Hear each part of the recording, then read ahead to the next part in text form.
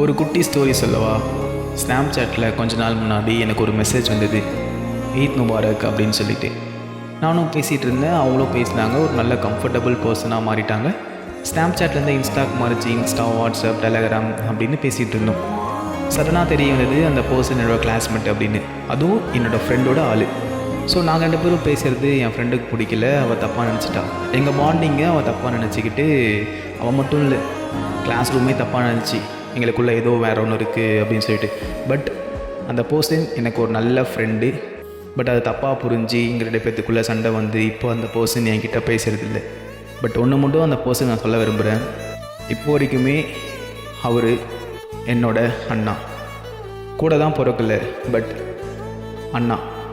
ஏன் அப்படி சொல்கிறேன்னா, அவருக்கும் தங்கச்சி இல்லை, எனக்கும் அண்ணா இல்லை. ஸோ எங்கள் 2 பேர்த்துக்குள்ளே ஒரு நல்ல அண்ணன் தங்கச்சி பாசம் மட்டும்தான் இருந்துச்சு. இந்த ஸ்டோரி யார் சொன்னா அப்படின்னா, என்னோடய ஃபாலோவர்ஸ் ஒருத்தவங்க சொல்லியிருந்தாங்க. அவங்களோட கதை தான் இது. ஸோ உங்களுக்கும் இந்த மாதிரி யாராவது ஒரு பெஸ்ட் அண்ணா இருந்தால் டேக் பண்ணிவிட்டு போங்க.